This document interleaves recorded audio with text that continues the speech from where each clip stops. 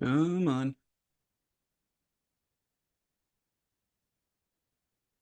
Okay, that is off. All right.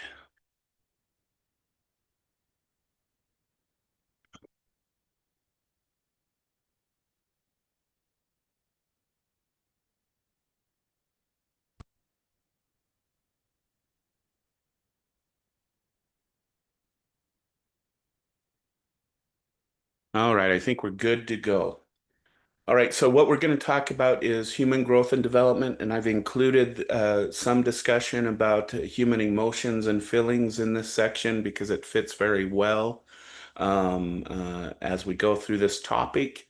So again, this is what we're intending to talk about. So I just want to talk a little bit about the study of how people change over time. Because historically, if we go back to kind of the models that started looking at human growth and development from a quote unquote scientific theoretical perspective, from the Western perspective, it has only been about 175 years that we've actually seen childhood as a unique period of development. For the most part, pre 175 years ago, at least within the Western world, it was thought that children were born with all of their capacities. If we go back to, for example, uh, Plato, he believed that we basically were born with our soul, our personality, our intellect intact. And even if we get over to the other side with Aristotle, he believed that we were fully developed and experience was just going to then further develop us into the physical adult that we will become someday. So, but something shifted about 175 years ago, and what really shifted was something called the Industrial Revolution. Okay. Pre-industrial revolution, marriages and families were not about two people falling in love or two people marrying for love. It was about economics. It was about two people who were fit together, could work good together, and it was more like a business arrangement. If you think about the idea of a marriage license, it is a legal agreement that you two will be together and prosper and be productive. Okay. And children were seen because most of it was within the farming arena, those kinds of things. Children were seen as the working industry. They're the ones who are going to be the employees of the area of the farm, those kinds of things. And so the idea of a mother was for several hundred years, especially within Western society, was seen as null. It was usually the eldest daughter or the grandmother who raised the children, and the mother was out working with the father, those kinds of things. Okay. And so, but what happened with the Industrial Revolution, um, is allowed for what are considered the modern single, well, it's not so much anymore of the single income family, where because of factories and industry, men were able to make enough money that the wife could stay at home and take care of the home and take care of the children. And the sad part about this is that this didn't necessarily end child labor, which we won't get into. That's more of a sociology topic, but I will say that it took us a little bit longer to not see children as workers. They remained factory workers and all those kinds of things for a very long time until the role of the mother really became established in the home. Okay. Something that women who stayed at home and were mothers then recognized something that their children are not miniature adults. They need to be nurtured. They need to be taught. There's something uniquely different about a child between the age of 0 and 5 and a child between the ages of 8 to 12, for example. And they seem to have different kind of capacities and abilities. And they also recognized as their children and they watched their children develop into adults that childhood experiences throughout the childhood had an influence on the type of adult or their adult's ability as they grew up. Okay. So what does this mean? Well, two things. Historically, after about in the last 175 years, researchers have been mainly focused on childhood. Okay.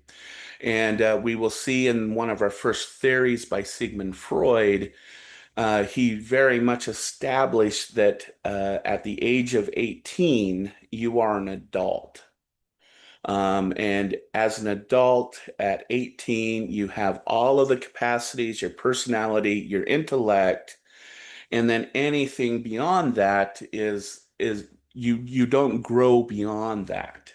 Okay. Well, with the Industrial Revolution, um, came modernization of modern medicine, medical techniques that extended the broader lifespan of the majority of people. Okay. Now, you can go back in history, and yes, there are many people who lived into their 70s and 80s and so on. But for the most part, up to about, and I got to change this slide, up to about 100 and again, 75 years ago, most people lived to the ripe age of about 40. Okay. And when I talk about the majority of people, I'm talking about greater than 70% usually lived until about 40. So, if you think about it, 18 to 40 years old, that's not a large adult lifespan. So you better have those skills early on and have developed them early on in order to be a successful adult. Okay. But with modern medicine and sanitary improvements and those kinds of things, over about 175 years, on average, we have doubled the lifespan. From zero, I believe in the United States, the average age is like 78, I believe, somewhere around there. Some other countries are in their 80s, some are in their 60s, but it averages in the 70, mid 70s, and I think the United States is right around 78. Okay. So just in about, again, about 50, 60 years, so since that has happened, and again, I got to correct this number, in about the last 50 to 60 years, we've noticed because of our expanded lifespan that there are lots of interesting things that occur during adulthood, that we tend to think different between young adulthood, middle adulthood, and late adulthood, that we tend to have different cognitive abilities and emotional abilities and even physical abilities. Believe it or not, um, unless you really ruined your body in the 20s or the teen years, human beings are at their healthiest between the age of 35 to 42. That's when we have our most physical stamina. That's when we have our most physical ability. And so this idea that the 20s is the ultimate age of physical ability, is only true if you're in your teen years and your 20s, you did a lot of bad things to your body. Um, and so that's just an example of how society and actuality is kind of different. We'll find out that you are actually at your most cognitive ability, your best thinking ability, your best decision making ability in your 50s. And so which challenges the idea that we think our best again in early age. Okay. Um, and so, as we will see, our adult life is very dynamic. And in fact, some sociologists and psychologists actually suggest that we live two lifetimes. We live from about zero to about our 40-ish, and then from about our 40-ish on. Why?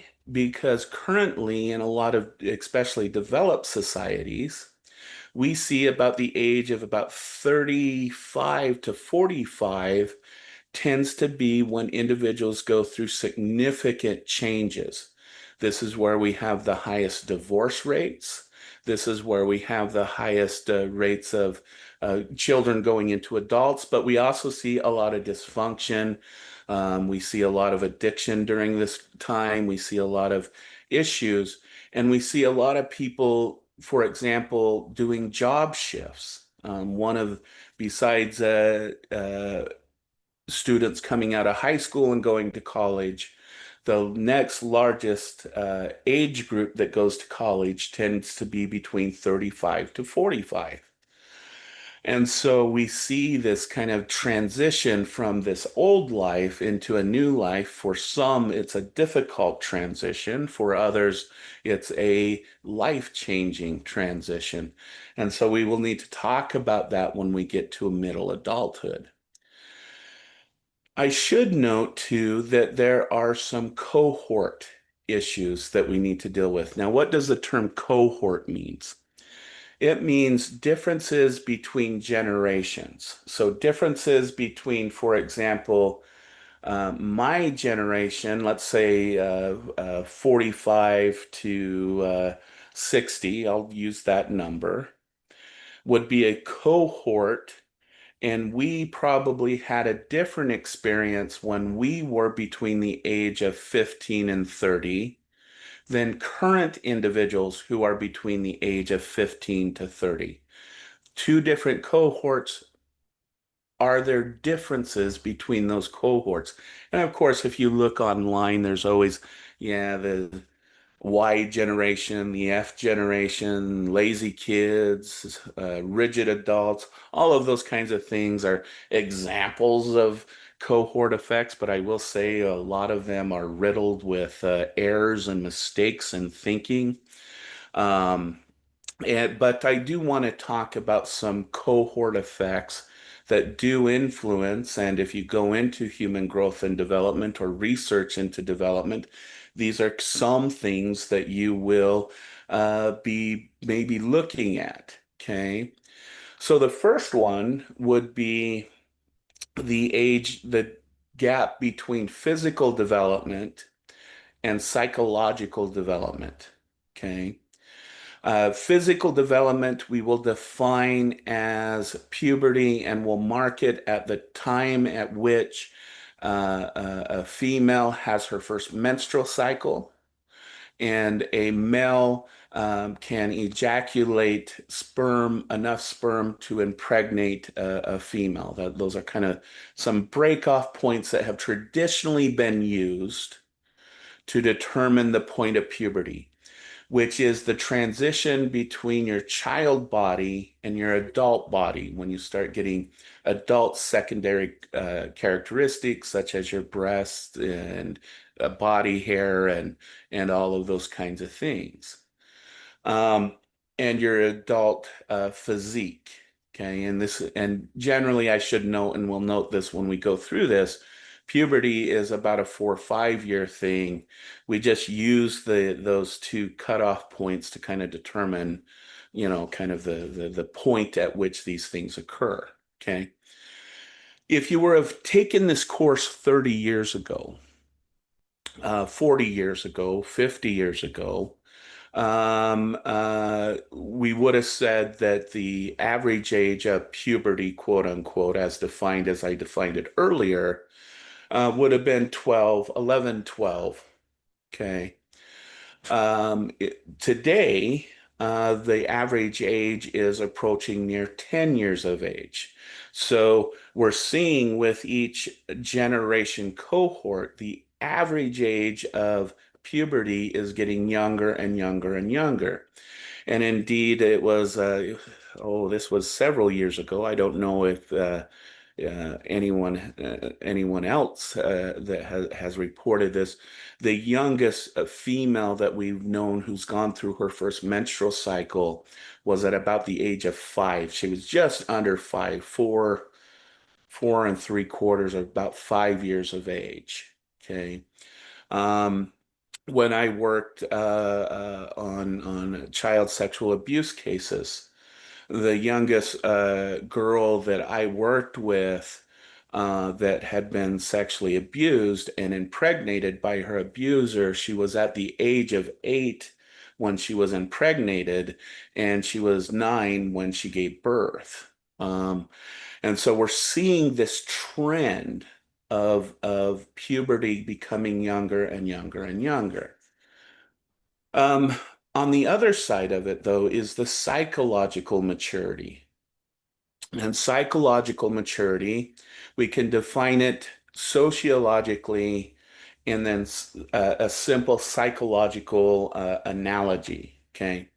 On the sociological level, it is the ability to take care of oneself.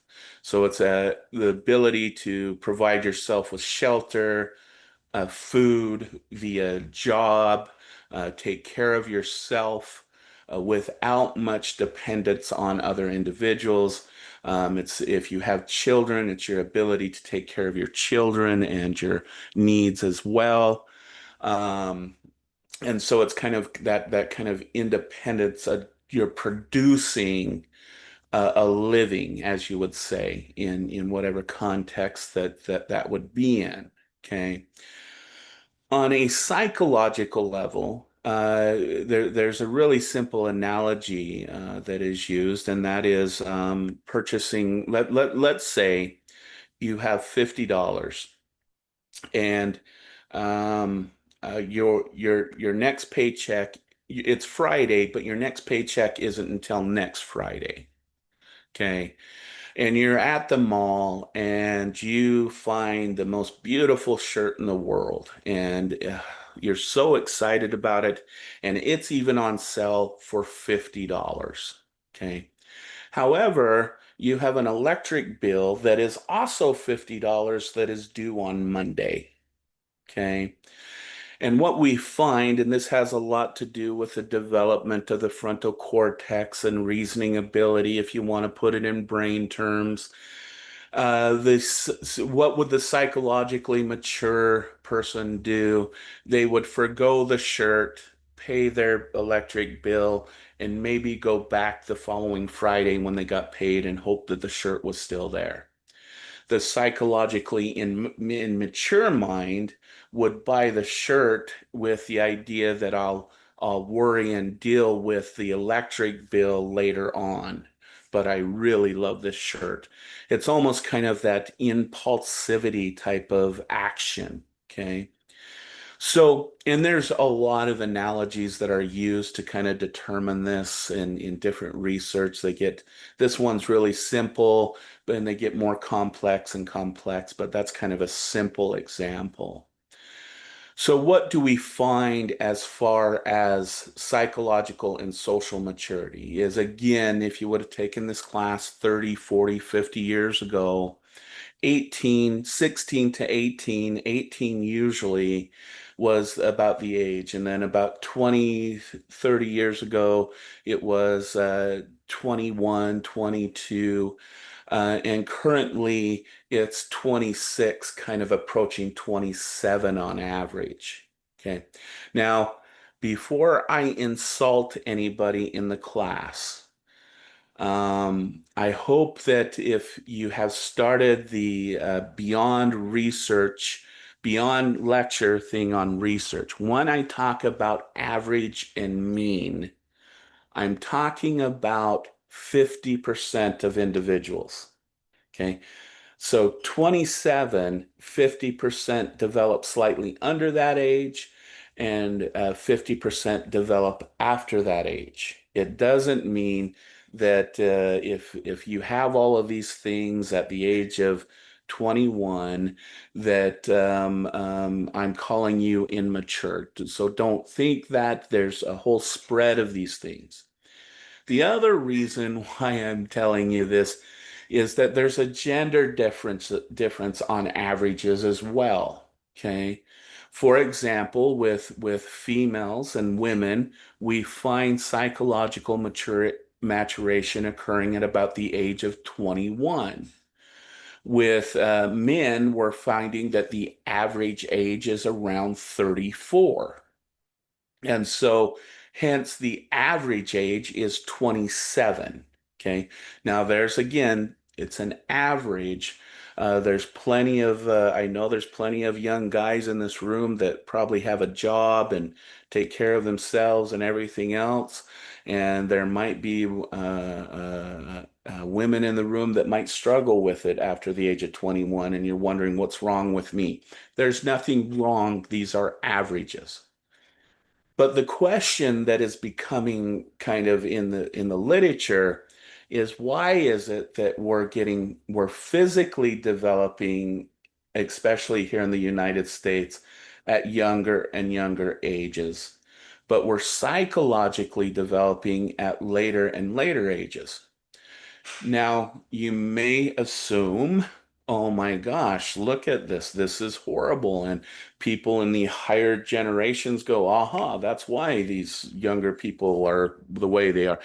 But the issue is that despite the spread, we're seeing some of the healthiest cohort generations that we have seen in generations. If we look at the current generation that is between this age of let's say 10 to 27, they consume 68% less alcohol than older cohorts and older generations. They consume less drugs by what estimates of 25 to 50% than older generations. When we measure things like happiness, believe it or not, individuals between the age of 10 to 27 tend to be the happiest compared to older generations. And so if we look at everything we want for our children, happiness, health, not getting into bad habits. We're doing a pretty dang good job, I think, and maybe we should not criticize younger generations as much as I see on things like Facebook and TikTok and Instagram, because we're seeing generations that have really taken what I think parents want for their children, and they have. So maybe that developmental period is necessary. And again, I'll also say in this younger generations, we're seeing reductions in things like high risk sexual activity. We see that even though physical development is getting younger, the younger generations are entering into things like sexual activity at a later and later age. They're thinking more purposely about social relationships. So is this a good thing or a bad thing for the children I worked with? It definitely was detrimental for them. But overall, when we look at these trends, it seems to be a good thing that we're seeing. So something to kind of reflect upon when we talk about a cohort effect. Okay. Now, so those are some things that I kind of wanted to introduce as the idea of our lifespan as important, the idea of cohorts, that each generation may experience life differently, than previous generations, and that things that seem stable tend to move, such as psychological development and physical development. So these things are not necessarily static, is a thing that I would like to just begin this lecture with. Okay. Um, so let's go on. What I'd like to do is talk about how we're going to approach this review of human growth and development. Okay. Now, if you take the entire class, we have Site 240, which is human growth and development. You'll get much more detail into this process. But what we're going to do for Psych 101 is we're going to look at three general theories that try to explain these three different aspects of human development and explain other things that kind of go along with each of the theories. Okay. But when we study human growth and development, we're really interested in three domains of life that, as this Venn diagram shows, is a dynamic interaction. That these aren't independent developmental processes. Okay. The one we're going to start with for our lectures is biological processes. Okay. Now, again, in the human growth and development class, we would spend time talking about the development of the nervous system and how it influences our cognitive and social emotional processes. And we'd go into great detail about this. What we'll mainly be focusing on for this class is basic drives and internal drives that tend to influence human behavior. Okay. But when we look at biological processes, one example of how it influences cognitive and social emotional processes is what I talked about when we talked about biological psychology. When I mentioned that humans are one of the few species that are born with underdeveloped physical brains, mainly due to the physical structure of the birth canal and whatnot. We can't get bigger brains inside mom's tummy. So, what has, if you want to use the term evolution, done, it has made it so humans are born with an underdeveloped brain, and then the rest of the brain develops between the age of birth to about 6 years old physically. Now, what does that mean? It means that during this early childhood, there are more developmental phases that we go through because our brain is developing very rapidly between that age. It also means that instead of a brain being fully developed within the biological womb of the mother, our brains largely develop in the social, cultural, emotional world of development. Hence, we put lots of emphasis on social systems. We put a lot of emphasis on cultural influences and all of those things because that is where our brain is physically developing. Okay. And it also influences our cognitive processes. Okay.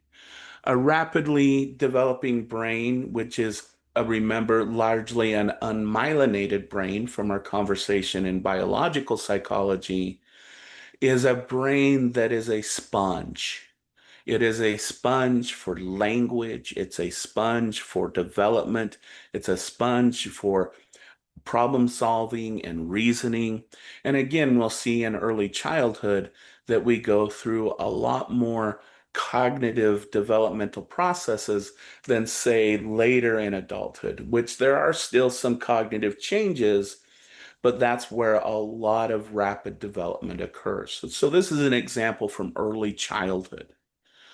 Um, and so when we talk, though, about cognitive processes, this is our ability to think and reason, If you want to use the word intellectual abilities, you can use that. It's our ability to convey instructions, to reason and problem solve. And that's kind of the cognitive domain. Okay. Our socio-emotional domain, which largely relies on biological signals from our body telling us if everything is okay or not, and cognitive processes that tell us how to process the situation. Our socio-emotional processes is how we respond to the world. It's how we feel internally, and then how we express that to the external world. In the social emotional development, we'll look at one of the first lifespan theories, which is social emotional development over the lifespan, dealing with our relationships with people within our life or within our life circle. Okay. And then when we do get to the cognitive processes, we'll start with simple task-oriented things such as picking up a cup and drinking out of it, to complex abstract thinking. And how is it that we get from one to the other? Um, and so we'll see kind of a theory that looks at that. Okay. So that's going to be kind of the goal of the course of this next few lectures. Um, and I would like to start with uh, this one. It's this guy. If you remember, we talked about this gentleman earlier in the course. He started what's known as psychodynamics or psychoanalysis. His name was Sigmund Freud. And just to kind of rehearse some of the things that Freud kind of theorized, is that he developed that theory of unconscious processes. Okay. And if you remember, he wanted to be a serious neurologist, so he wanted his theory to be biologically based. But because he was Jewish, he wasn't allowed into any of the scientific societies of the time. So he became a psychiatrist, or what you would probably more consider a neurologist in modern time. Okay. And he saw a lot of mental clients who had mental illness. And I think I said this in the beginning of the course. If I didn't, I apologize. But one of the main syndromes uh, uh, um, that he investigated was something known as hysteria. Okay. And if I didn't say this, if I'm just repeating myself, I apologize for this.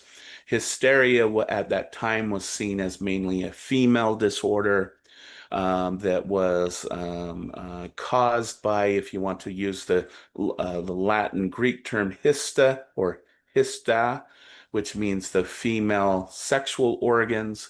So hence a hysterectomy is the removal of the female sex organs. Hysteria was believed to only exist within women, and it was caused by the womb wandering around the woman's body, creating havoc, and would make the woman overly emotional, emotionally reactive, anger outbursts, all of those kinds of different symptoms. And as I mentioned, I think I mentioned, if I didn't, I apologize. You could imagine the reason why it was thought that women were the only ones that had this, because at the time, if a woman wanted to go to the doctor, they had to have either their father or husband's permission.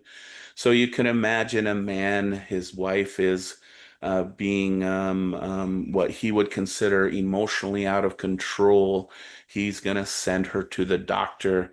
But if he's emotionally out of control, he's not going to go to the doctor because he's not sick.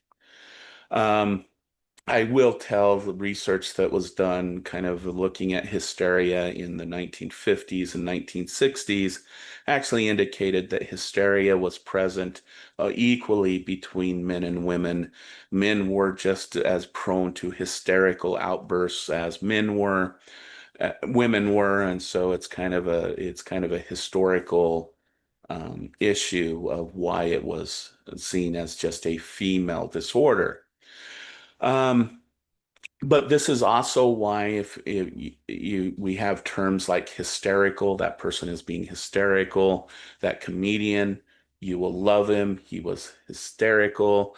And so it's kind of that kind of outrageous kind of thing, and that's where that kind of term comes from.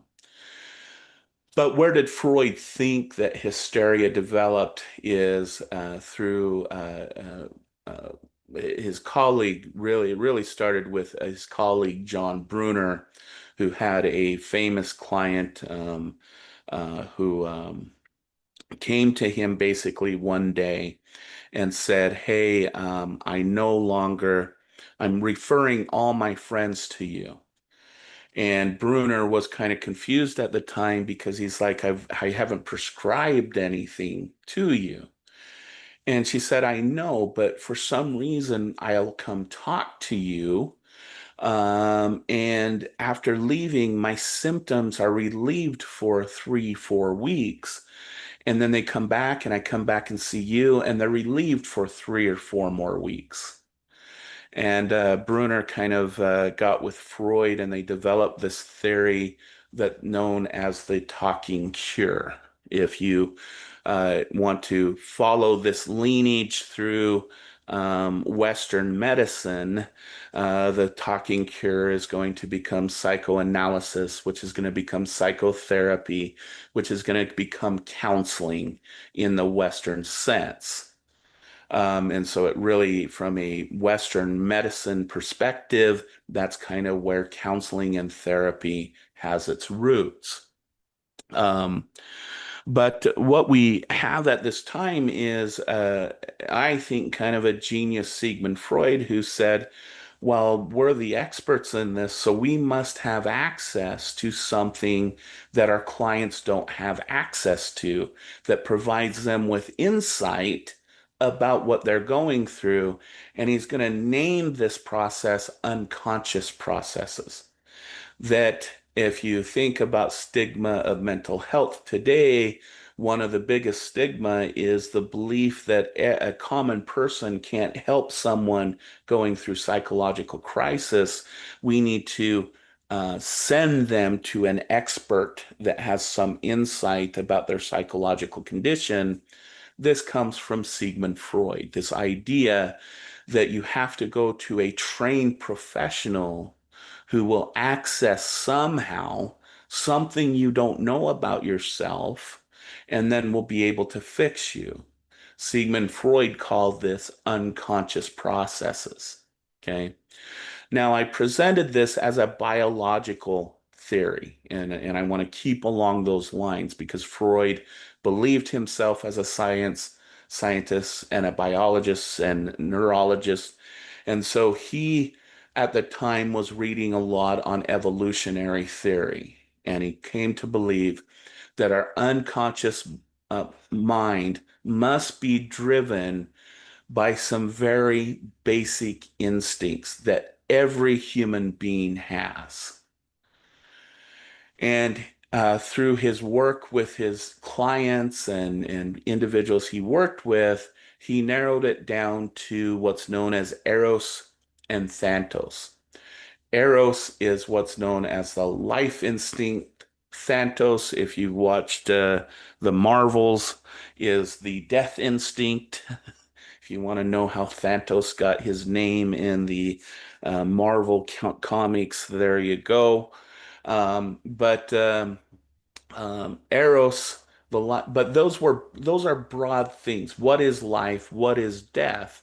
Those aren't really biologically grounded.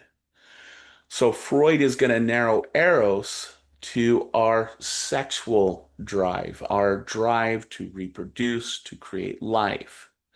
He's going to reduce our death instinct, our Thanatos, to our aggressive tendencies, our aggressive tendency to protect what we have and aggress towards others, and eventually end in the state of death, if it comes to that. Okay. And he's going to argue that these two basic processes drive all of our unconscious processes. Okay. Later on, and this is where we're going to get back to human development, is he he felt that most dysfunction was created when these two basic instincts had a dysfunctional early childhood. That at the time, dysfunction between the mother and the infant created what's going to become in our adult world a hysteria or depression or anxiety or schizophrenia or obesity or OCD or risk taking. That the relationship we have trains the sex and aggression instinct towards a direction that can be functional or malfunctional. Okay. And so he's going to develop a theory. And I'm going to say this at this point. And we talked about this at the beginning. We have the ego that has access to the external world, and our id, which is our unconscious desires. And basically, our ego is there to meet the demands of the world while satisfying the needs of the id, which the id is the house of our sex and aggressive drives. Okay. I am going to just give this content warning at this moment. If you have kids around or anyone under the age of 18, I would suggest putting some headphones on or something like that because the parts of this can get a little graphic and terminology can't be avoided in this conversation. So I just want to give that content warning right now. So Freud is going to do a couple things that is going to have a huge influence on um, developmental theories overall. The first thing you'll notice is, and I'll talk about this theory more specifically here in a minute, but I just want to set this up. If you notice that this theory is set up in stages, that there's different stages of development that we go through. And so he's the first to introduce stage theory, that during a certain period of life is when we're best fit to develop some type of understanding or cognitive or emotional understanding of our world and adaptation to our world.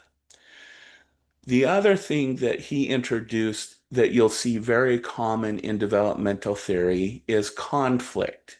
As we go through each of these phases, a child is has a conflict that they successfully have to get through in order to prepare them for the next stage. So we're going to see conflict during each of these ages. And then the other thing is that he is the one who, unfortunately, in the world of developmental psychology, is going to set the age of development at ending at the age of 18. And so you will notice the data we have on adults is far less than the detailed information we have on children between the age of 0 to 18. Because for the majority, 90% of the study of human growth and development stopped at the age of 18. Okay. So I just want to kind of bring those things up because this is, again, the first theory and it kind of sets the stage for the next theories that we will be looking at. So let's talk about his theory because there is one thing that I do want to clarify. A lot of people, and if you Google Freud and his theories, It presents it as he developed his developmental theory before developing his general theory. And that's chronologically incorrect. He developed his theory of unconscious and unconscious drives before his developmental theory. He actually developed his theory of childhood much later than his actual theory. And originally, um, um, he did not want to make his theory sexual, which is kind of surprises a lot of people. But he had two conflicts. I think by this time in his life, he had snorted a little bit too much cocaine. And if he didn't make his theory sexual, it would then conflict with his general theory of human personality, cognition, and human ability. And so he was forced to create what's called a psychosexual developmental theory. So I kind of want to kind of bring that to light because what I'm going to try to do with each of these stages is present them as they were in psychoanalytics and in Freudian terms, but then give more of what was maybe the more intentional part of this theory. Okay. And we'll get through at least the first and second stage, and then we'll take a quick break, and then we'll try to get through the rest of them for today.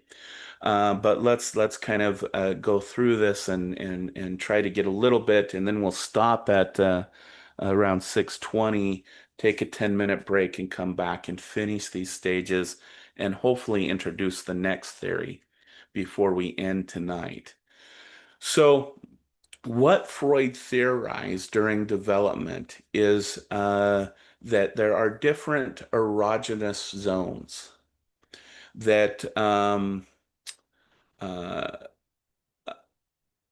have to be stimulated in order for that individual to accomplish something at that stage. So, and when I use the term stimulate, stimulate in Freudian terms is spelled sex. And in the first phase of erogenous zones that Freud believed was the oral phase. Okay. Now, I kind of want to explain this. Um, is and I would challenge you to do this to see what you think about it as an adult. I would challenge you to get a bottle with an infant nipple on it, fill it with your favorite juice, and see how long it takes you to drink that bottle and how exhausting your jaw and your mouth and your tongue become. Suckling is a laborious activity. Okay. And modern physiologists believe that that's why breast milk and supplemental milks have to be very, very fat laden. Because if you give an infant, for example, water or cow's milk right off the bat, they will be expending more calories trying to get that into their body than what they're getting from the water or milk or juice. Okay. And because fat is a more nutritious, kind of slow burning calorie, it needs to have that right fat content in order to make it so an infant is not at a calorie deficit. So the question is, why, because of how laborious this activity is, would any of these little kiddos really engage in that behavior? While Freud said there must be some satisfaction, some stimulation which again in Freudian terms is spelled sex. Okay. And so in this phase, he believed that the child has to overcome the notion of consumption. Okay. So either a child learns to control their intake and appropriately regulate what they ingest into their body, or they risk becoming what is known as orally fixated. Sigmund Freud himself thought he was orally fixated because from his earliest memory, he could not have a day going without a cigar. Okay. In fact, he died of jaw cancer from a cigar smoking. Um, Now, what did he believe if people can't get over this need to ingest and that satisfaction of ingestion do? Well, he felt that this explains things like obesity.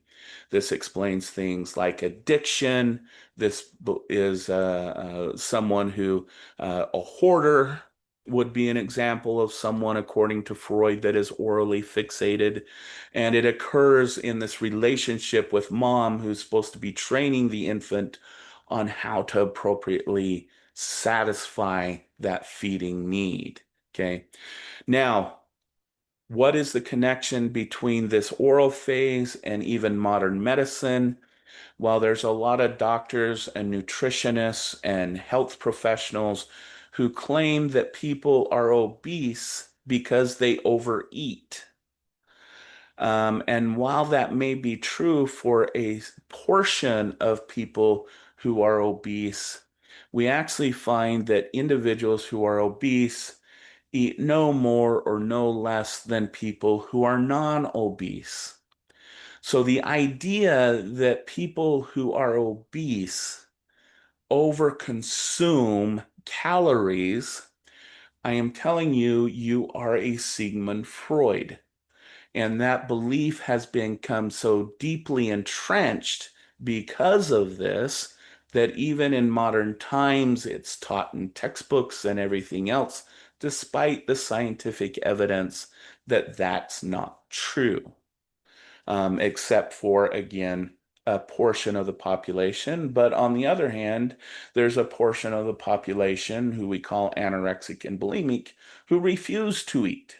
So, again, we got to separate individuals as we can see it. So, again, this idea of overconsumption and overeating leads to obesity or to addiction or to all of those. Those things come from Freudian theory. I thought I would get through the anal phase, but I'm not. But class, if you don't mind.